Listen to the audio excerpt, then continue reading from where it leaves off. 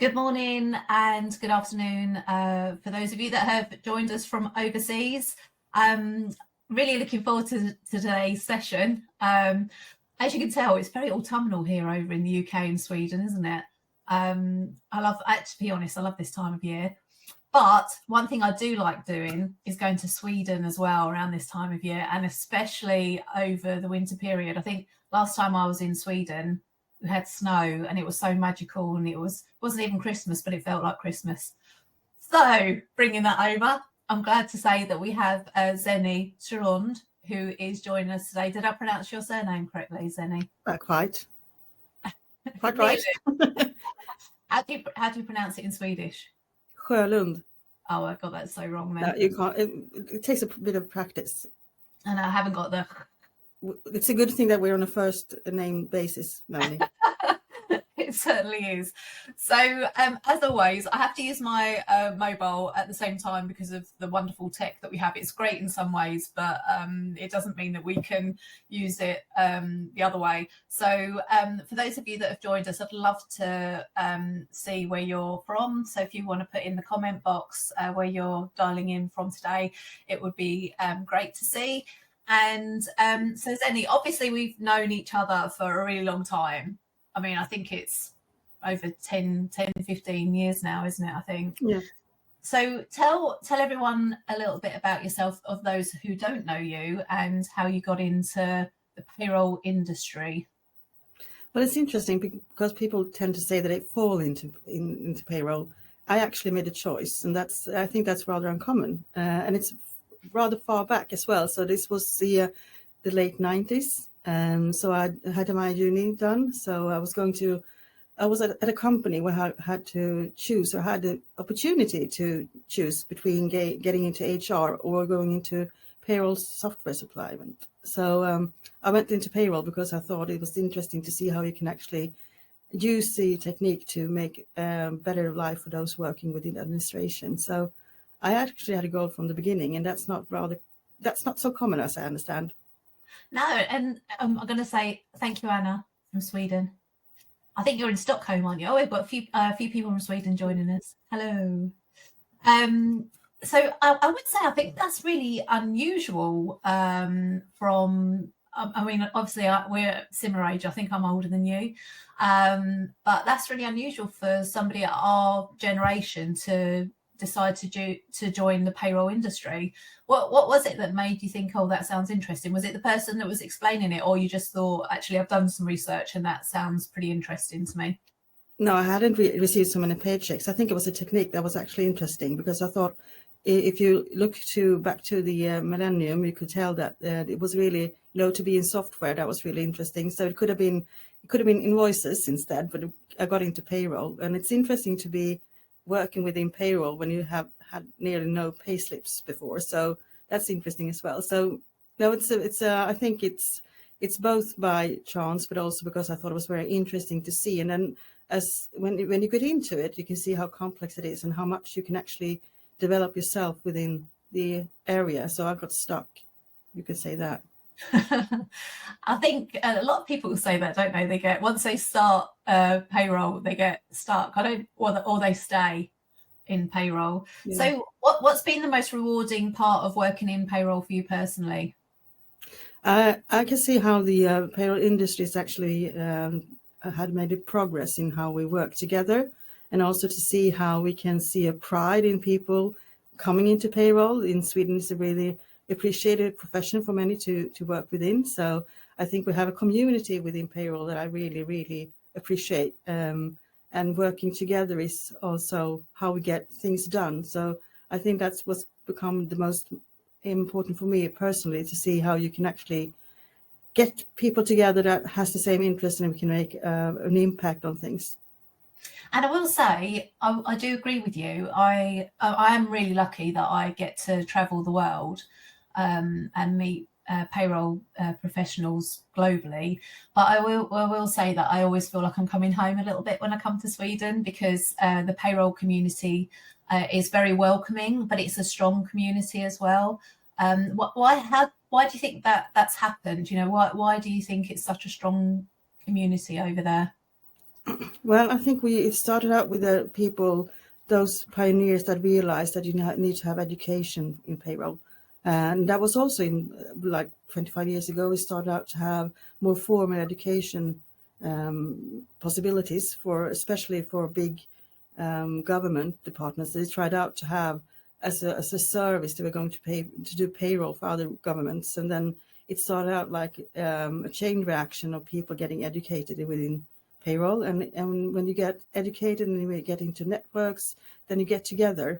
So I think the payroll community has built itself together for 25 years, and now we can see how it peaks in that way, because now you come into a community that was actually built up during several years, and now we have a lot of people to thank for that, and most of them are not working today.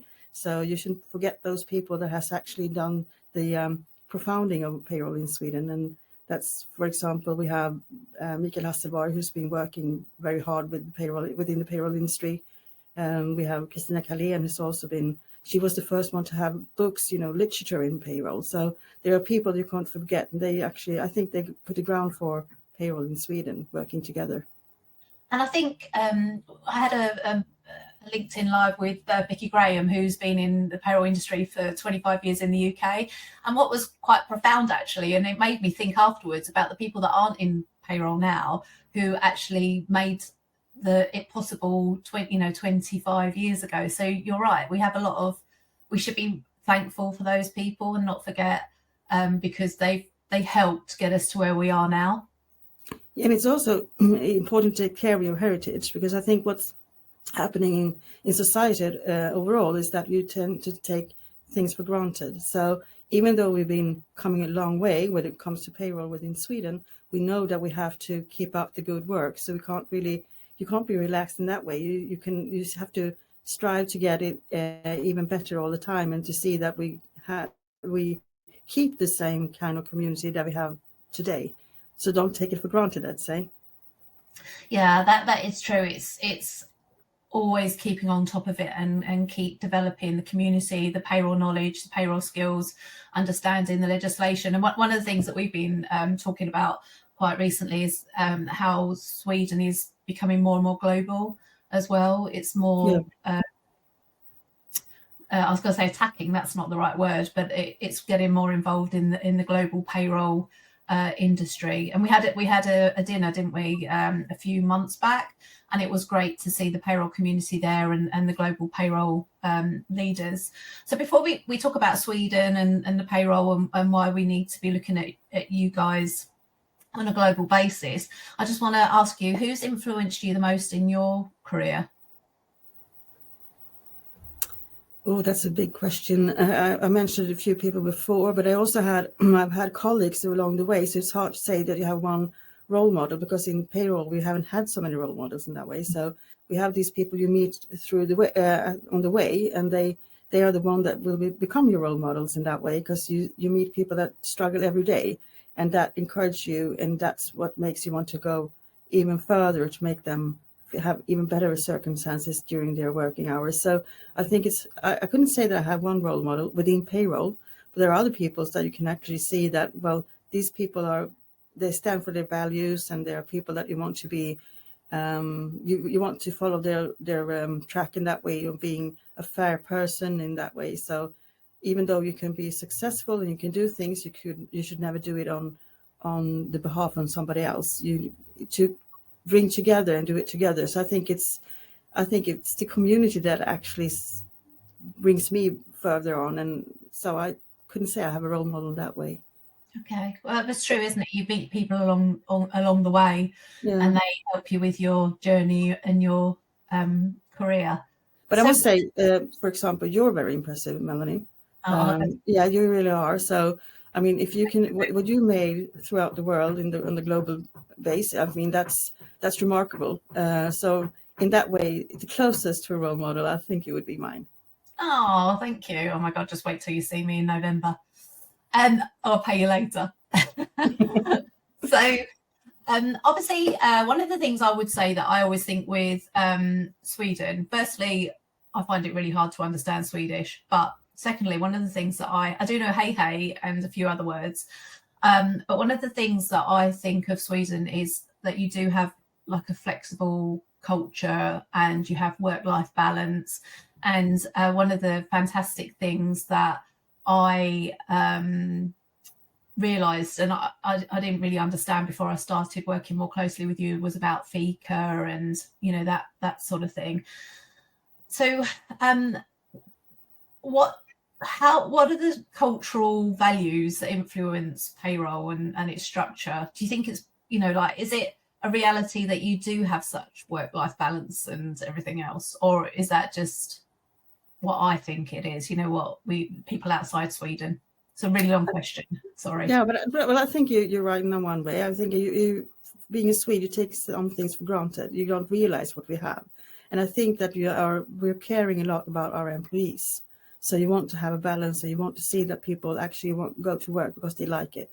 And I think it's an old tradition. And if you go back, for example, we have collective hire agreements that were actually set in the early 19th century, 20th century. That's been putting on the role model how you should act as an employer all the way, and we're taking care of the employees' interest in that way through the unions, and it's not that we just have a strong union. It's also you have on both parties, both the employer and the employees organizations, they want to have a good situation for those working. So I think it goes into tradition, and since payroll is so much reflecting the society, that will also reflect Sweden in that way. So that we balance in that sense, I'd say. Yeah.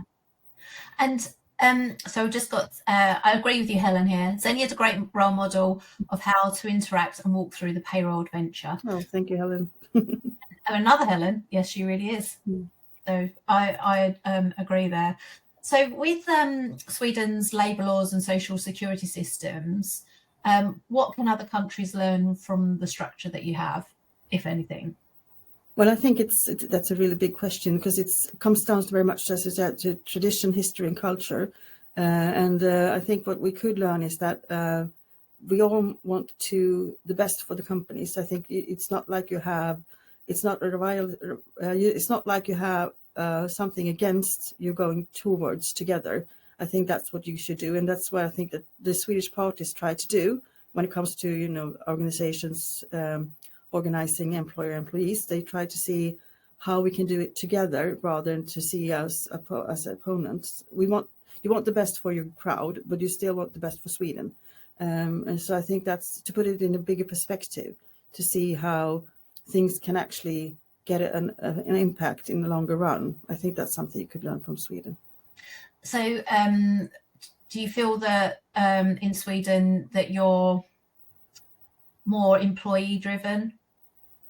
Yeah, I'd say if you compare to other countries, I'm not as global experienced as you are, Melanie, but since I'm working with you and I see differences in that way, I can see a difference. We also have we used to have, or we do have, in some companies there's a diversity within companies as well, of course.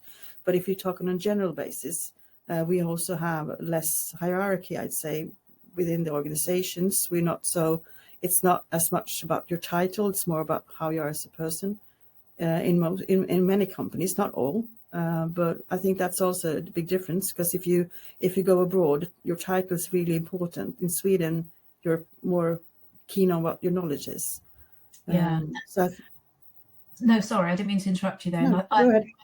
I think that's a really interesting point, because I was talking, I can't actually, I feel like I'm getting old because I can't remember who I was talking to about it, but like how in some countries the job title is almost more important than the actual role, which seems really bizarre.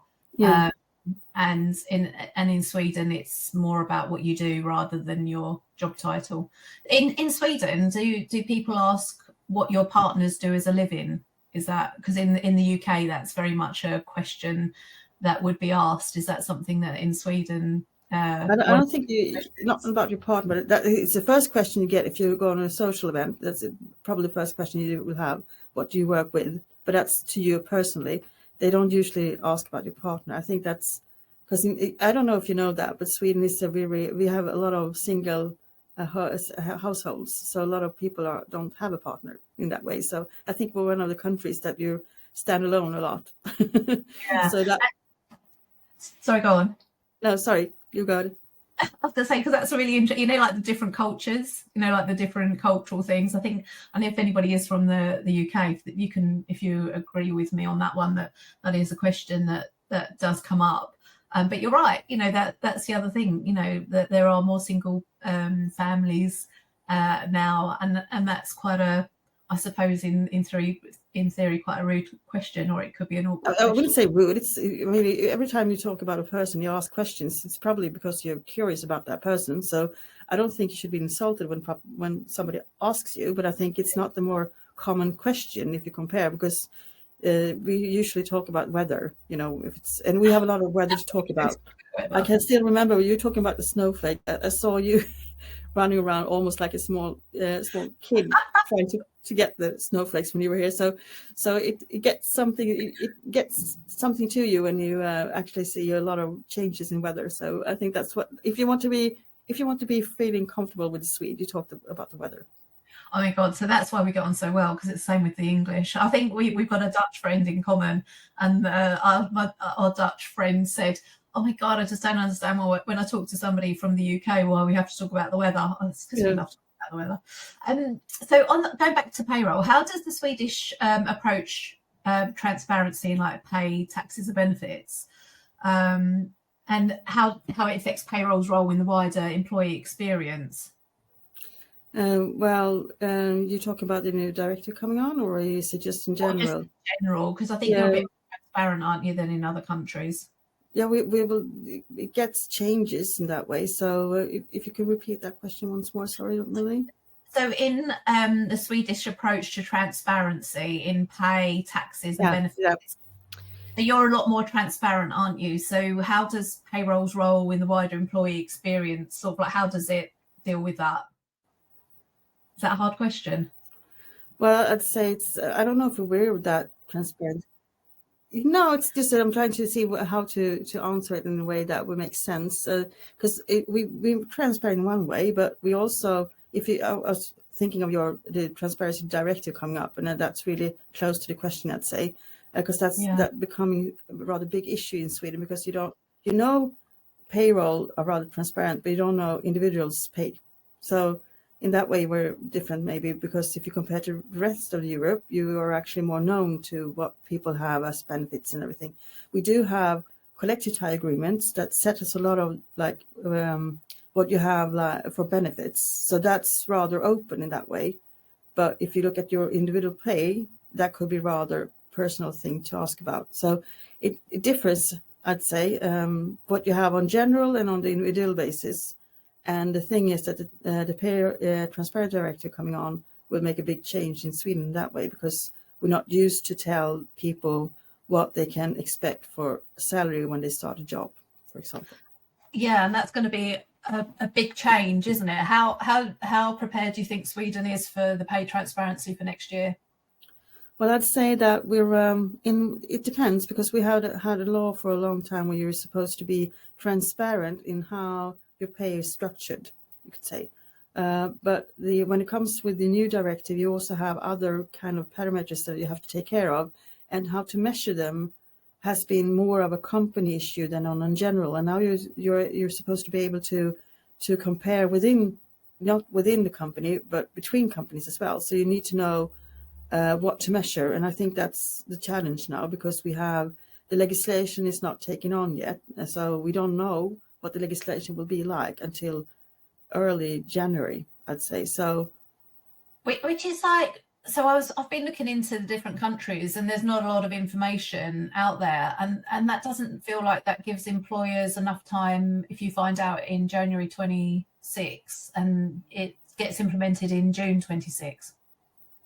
Yeah, the thing is that the government in charge in Sweden has realized this. So they don't have that on the table yet, but they're trying to do it, because they don't have the official thing to do it, but they are taking it on and trying to prepare in the way they can. So they're preparing for system to be able to get the data, but they're also working, for example, with us, trying to see how to measure payroll benefits and things like that. So, for example, we have ongoing dialogue with the government in charge every Friday now to prepare for what's coming up in January. But we won't have, we won't be able to see what will be the real outcome until January, because then we know what legislation will be like. Yeah, it just feels like it's all a bit of a rush, doesn't it? Yeah. With a lot of countries. And I think speaking to some specialists, that people or company leaders were thinking, okay, it's not going to have that much of an impact, where actually it will have an impact. Yeah. And especially if you have a global payroll. So we had a session with Stuart a couple of weeks ago, and even though Northern Ireland is part of the UK, which doesn't have to be under the new pay transparency rules, Northern Ireland is, which is amazing. So it's going to be quite an interesting time over the next 18 months to see how all the countries and companies and payroll leaders get involved. So one of the just to add on that, I think the most interesting thing to see is it's hard to do it within the companies because you have to measure in the right way. It could be hard to measure within the same industry to see how you can do. So you will actually compare the right things, but also to compare within countries, which is actually what they want. The purpose of this directive is that you should be able to compare Sweden and Germany, for example, and I think that's the thing to see that payroll actually getting focusing more than we have today, because now you have to focus on what payroll actually is. So I think that will be a good thing for our industry, that this will put in, will be clearer in that way. And I think if payroll hasn't got a seat at the table with regards to the new pay transparency rules, they need to. Definitely. I know when we initially spoke about it 18 months ago or actually 12 months ago in London, there was like a bit of a ripple during, among the audience when we asked, is payroll involved? And there wasn't a lot of payroll involved, and actually payroll should be involved. So one of the things that I find quite interesting is, again, about 18 months, 20 odd months ago, if we'd spoken about AI, people in different countries were a bit nervous about AI. They thought they were going to lose their jobs, or AI would take over payroll. How do the Swedes feel about AI? Is it a positive influence? What's the feel within Sweden? Well, it's a big hat to put on to say that I can't speak for everybody in Sweden, but if you feel the sense you have is that people find it interesting, but rather abstract. You don't really know what to do with it yet. You can see it as a supportive tool. You're expecting a bit from your software suppliers to be able to show you what AI can actually bring on the table. So I think they're a bit of awakening in that way. So you wait for things to happen. But I think that what I find very exciting with people within payroll in Sweden is that they're actually rather proactive when it comes to changes. Usually people within payroll they used to be rather strict. They want to keep it as it used to be. And I think you can see an involvement in that. You can see that people are actually more and more interested in seeing that things are actually improving, and that changes are a way of improving. And AI is one of the techniques you can use to get your processes better, and you can see how you can get better results in many ways. So I think it's a positive thing for us, and I think that's the attitude you have as well. I do think it is a positive thing. I don't think it's going to take away the job of payroll. I still feel like you need to have that human influence and at the moment it's a bit early. It's quite interesting with some of the providers, and I'm not sure if it's the same in Sweden. A couple of years ago it was quite exciting, this is what AI is going to provide, but we haven't necessarily seen what it is providing. So I think there's a bit of AI fatigue. People are also a little bit interested and intrigued, and I don't know whether or not the influence of some of the providers has made it like a damp squib. I don't know if you want that translate into Swedish. But I feel like we're the excitement and the hype, but we haven't seen the reality of it yet. Exactly. Is that the same in Yeah. Sweden? As it's still rather abstract. You can't really get it. What will this mean to me in general? You can see that you ask questions. Do you know AI? And you can see that it's a skill that you want people to have when you're onboarding people.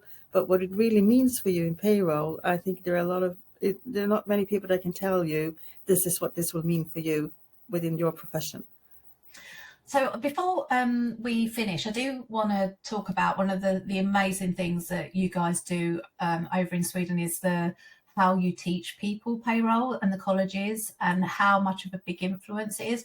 I don't think I've really come across any other country that has such a collective teaching or colleges for payroll. So can you just tell us or the audience that aren't aware what you actually do to train people in payroll?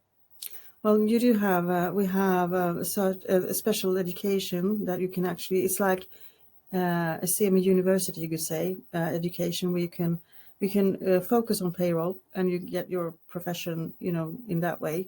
So that's after you've been through the compulsory school. It's after you've been 12 years in school, and then you add on your payroll skills and your knowledge. And that's something I started out talking about the millennium when you had people putting the platform for Swedish payroll industry, and that's where we sorted it. That was when they started. That was with the education within payroll, because as the more you know, the better you can become. And I think we realized that you need to have education to also put payroll more in the front seat, not in the back seat. So you can actually, and in Sweden, I don't know if people know that, but you can actually study for free, and that's a big difference as well. So you can study and you don't have to pay for your education. And payroll is it's an education where people see there as a career. So you can actually see how people want to get into the payroll profession, and I think that's a big difference. And that's amazing, isn't it? That's really fantastic that it's that people can learn it for free. But also, I've noticed, and I may have got this wrong, but it's people of all different ages that are learning payroll as well. So it's Yeah, not necessarily just school leavers or going into higher no, no. education. It is people who are returning mothers, fathers, people of all different ages, and I think that's such a positive thing and a great achievement.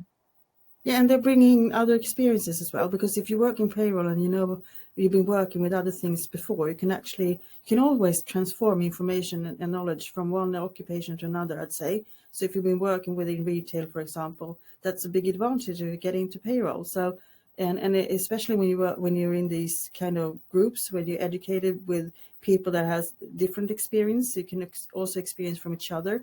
So you have a very good platform. Those people that actually attended school within payroll in Sweden, they are very good at what they're doing.